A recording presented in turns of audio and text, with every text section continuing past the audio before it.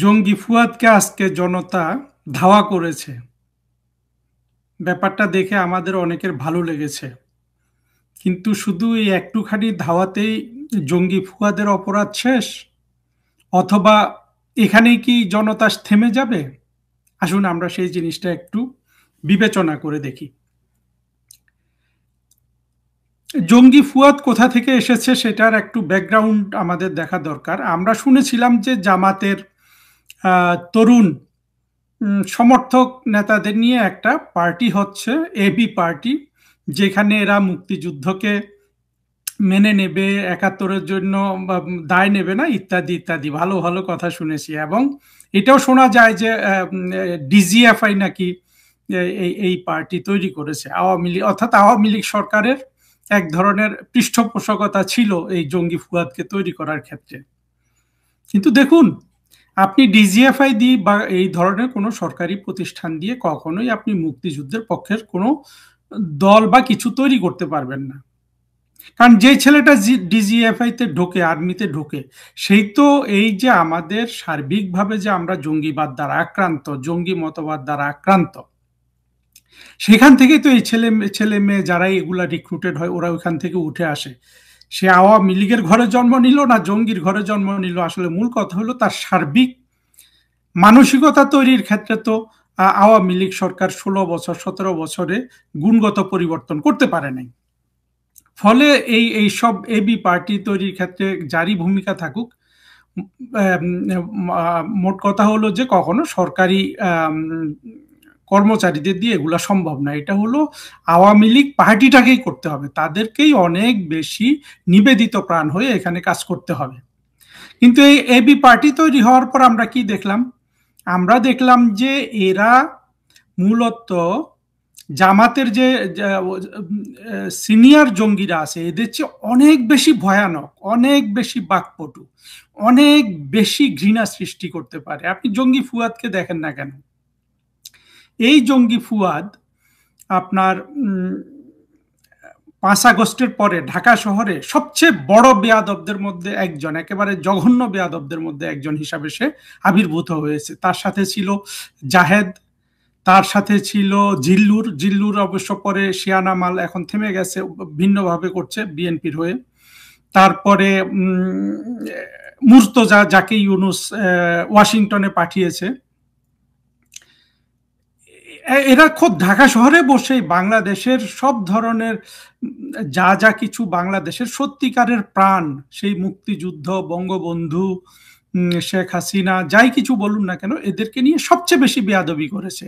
এবং জঙ্গি ফুয়াদ এবং এবি পার্টির আর একটা ক্রেডিট কি জানেন? এদের নাকি বিভিন্ন অনুষ্ঠানে ওই আওয়ামী কমিউনিস্ট পার্টির সেলিম, প্রিন্স, এরা গিয়ে যোগ দিত এবং একসাথে ইফতার করত, তারপরে এদের সাথে আলাপ আলোচনা করত।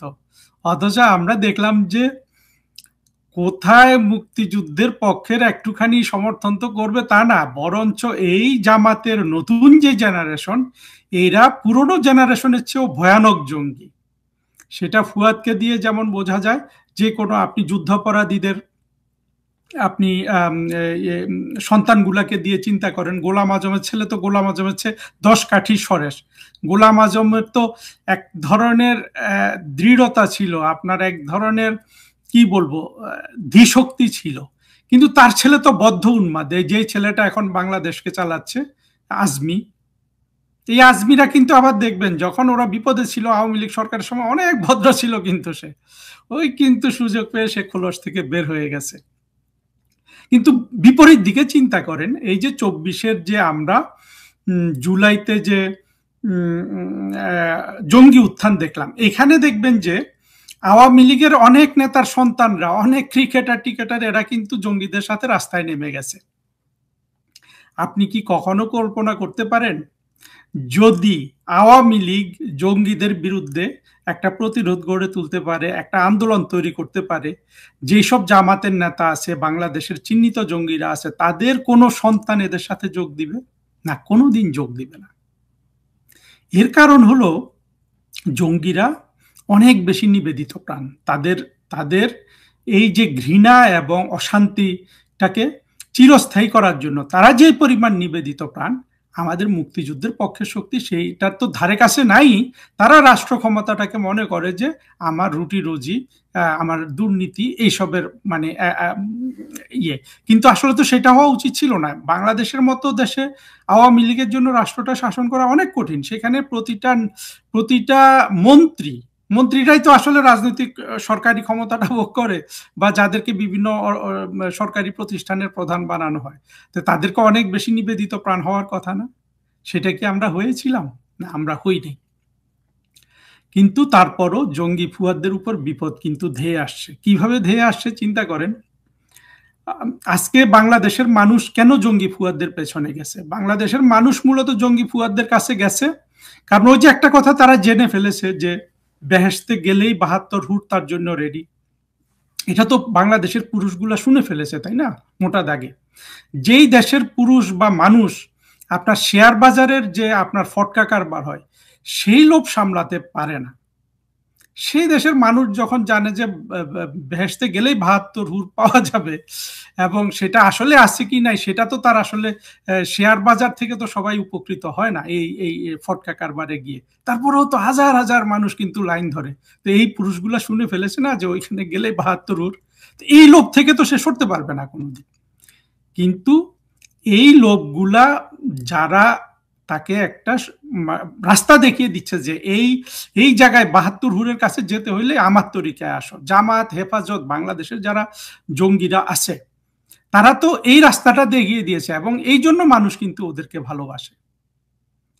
কিন্তু আওয়ামী লীগ বা যারা মুক্তিযুদ্ধের পক্ষের শক্তি তারা যদি জঙ্গিদের প্রকৃত অবস্থা মানুষের কাছে পৌঁছে দিতে পারত, যে না তারেক মনোয়ার বা কাজী ইব্রাহিম বা ফুয়াদের কথায় যদি কেউ বেহেশতে যেতে চায় তাহলে তো সে আল্লাহকেই একজন ক্রিমিনাল হিসাবে চিহ্নিত করছে। কারণ কাজী ইব্রাহিম একটা সরাসরি ক্রিমিনাল, সে মিথ্যা কথা বলে।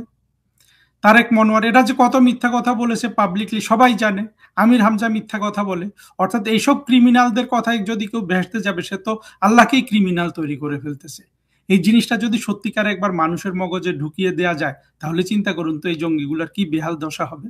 আমি আশা করছি না যে সেটা রাতারাতি হবে, কিন্তু কি হবে জানেন, বাংলাদেশ একেবারে ধ্বংসের কিনারায় যেমন দাঁড়িয়ে আছে, বাংলাদেশের মানুষের আপনার পেটের ভাত, পরনের কাপড়, এই প্যারাসিটামল জাতীয় ওষুধ এগুলার উপরেও কিন্তু থাবা বসিয়েছে ইউনূস। আপনি যতই বিএনপিকে ক্ষমতায় আনুন, বিএনপির মধ্যে তো অনেক ভালো মানুষ আছে, আমি অস্বীকার করব না, আমি তাদেরকে রেসপেক্টও করতে চাই। বিএনপিও যদি ক্ষমতায় আসে এই জঙ্গিদের তারা দমন করতে পারবে না। আর জঙ্গিরা আসলে তো জঙ্গিদের দমন করতে চাইলেও পারবে না, কারণ হলো যে জঙ্গি যা চায় সেটা অশান্তি। তার জন্য সে কিন্তু সে মেরে ফেলবে, জামাতের শফিককে মেরে ফেলবে, তারেক রহমানকে মেরে ফেলবে, কোনো সমস্যা নেই। তারেক রহমান যেমন ২১শে আগস্টে গ্রেনেড হামলা করে শেখ হাসিনা এবং পুরো আওয়ামী লীগকে উড়িয়ে দিতে চেয়েছিল, পারে নাই। কিন্তু তারেক রহমানের ক্ষেত্রে যদি জঙ্গিরা অ্যাটেম্প্ট নেয় ওটা সাকসেসফুল হয়ে যাবে। কারণ তারেক রহমান সাহেবকে আমরা দেখলাম যে আসলে ওনার মানে অ্যান্টেনা এত নিচে অ্যান্টেনা দিয়ে আসলে বাংলাদেশের মতো দেশ শাসন করার যোগ্যতা উনি এখন অর্জন করেন নাই। মানে আমি ওনার প্রতি মানে জঙ্গিদের হয়েও শাসন করার যোগ্যতা উনি অর্জন করেন নাই। বাংলাদেশের সাধারণ মানুষকে আসলে আমাদের ওই জিনিসগুলো বুঝাতে হবে।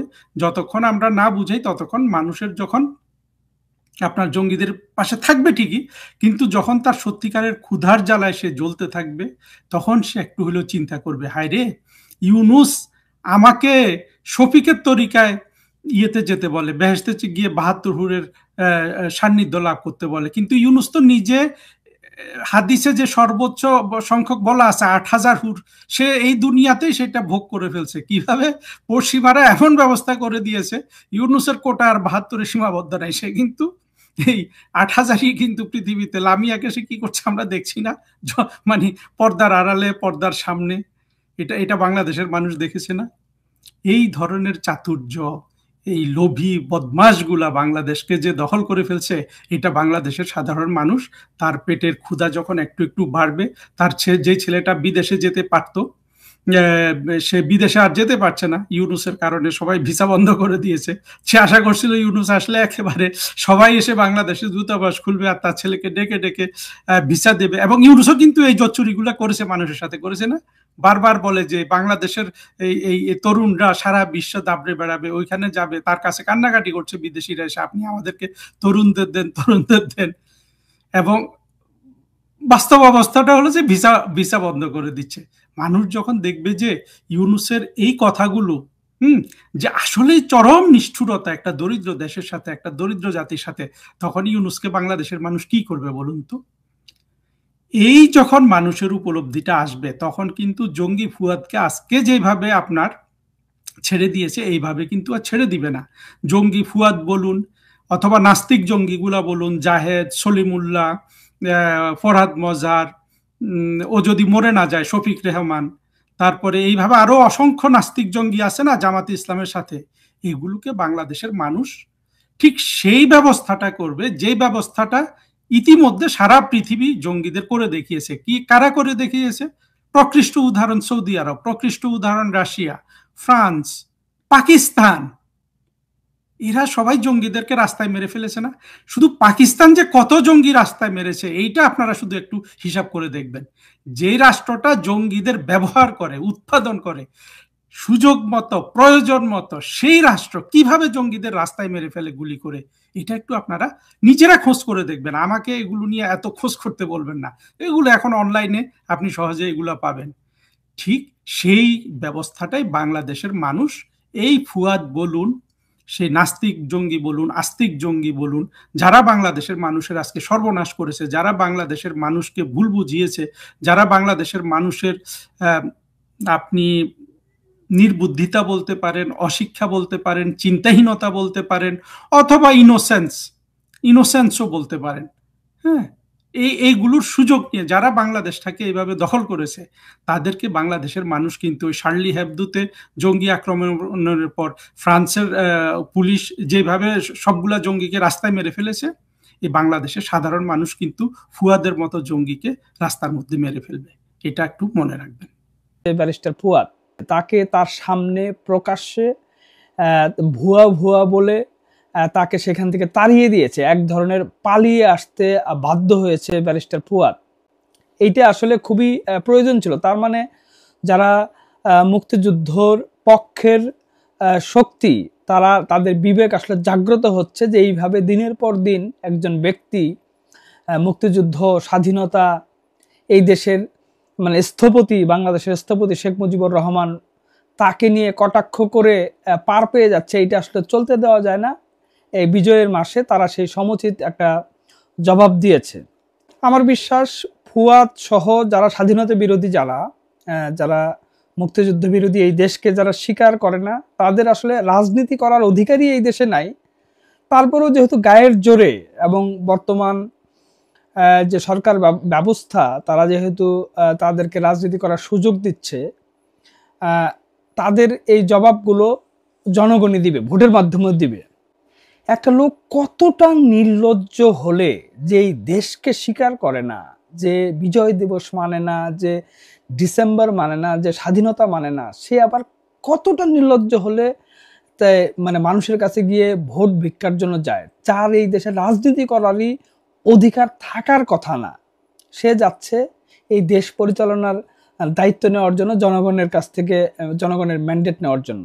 জনগণ একটা উচিত জবাব দিয়েছে। আমি থ্যাঙ্কস টু বরিশালবাসী, যে বরিশালবাসী একটা বীরের মতো কাজ করেছে। যদিও আমি কখনোই আইন নিজের হাতে তুলে নেওয়ার পক্ষে না, সেখানে ফুয়াদের এখানে আইন কেউ নিজের হাতে তুলে নেয়নি, তাকে মুখের ভাষায় ভুয়া ভুয়া বলে, এবং তাকে একটা ভিডিও দেখছিলাম যে যিনি ভিডিও করছিলেন তার সামনে থেকে তিনিও তাকে গালাগাল করছেন বা ভুয়া ভুয়া বলে স্লোগান দিচ্ছেন।